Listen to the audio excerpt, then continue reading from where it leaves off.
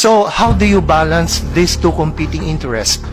By imposing that 1-year period within which the ICC prosecutor may initiate his investigation before the effectivity of the withdrawal of that stay.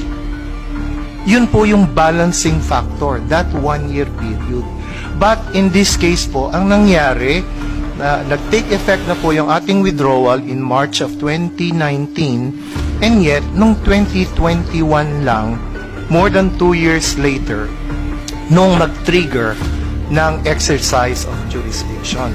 Kasi hindi naman po pwedeng forever, perpetually nakatutok sa atin ang ICC kahit na hindi na po tayo membro ng ICC. Yun po ang paliwanag kung bakit there is no legal duty on the part